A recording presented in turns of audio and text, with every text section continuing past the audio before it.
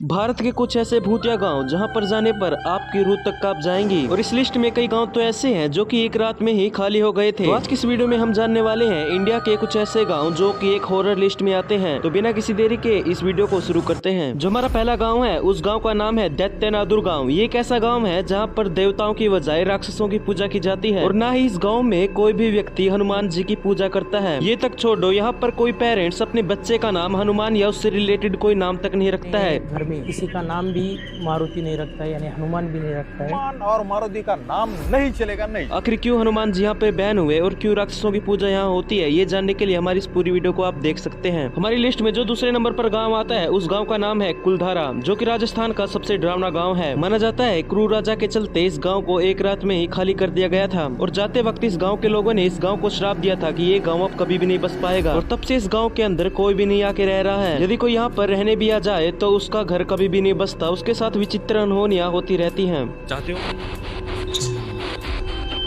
हमें जो आवाज सुनाई दी गई वो थी जाओ। और लो भाई साहब, अरे देख लो गाइस, रीडिंग देख। अगले नंबर पर जो गांव है उस गांव का नाम है देवमाली गांव, जो कि राजस्थान का एक गांव है। और इस गांव की विचित्र बात ये है कि इस गांव के अंदर एक भी पक्का मकान नहीं है। चाहे यहाँ के लोगों के पास कितने भी रुपए हो जाएं, लेकिन ये अपने घर को पक्का नहीं बनाते, क्योंकि इस गांव को श्राप मिला है कि यदि कोई यहाँ पे पक्का घर बनाएगा तो उसका परिवार पूरी तरह से उजड़ जाएगा। और कई केस हमें यहाँ इस गाँव में देखने को भी मिलते हैं। सामने उदाहरण ये बिल्कुल सामने, पूरा वंश खत्म। सच्ची बात कर रहे सच्ची हो? तो अब बोलो कहाँ चले गए? ये गुजर गए? सूरज गया गुजर गए। तो वो घर वैसा ही पड़ा है, खंडर। आज हम जिस किले के बारे में बात करने वाले हैं उस किले का नाम है भानगढ़ का किला। भानगढ़ का किला एक ऐसा किला है जिसके अंदर काफी सारे रहस्य मौजूद हैं। फिर क्या है इस किले का रहस्य, चलिए जानते हैं आज हम इसी वीडियो में।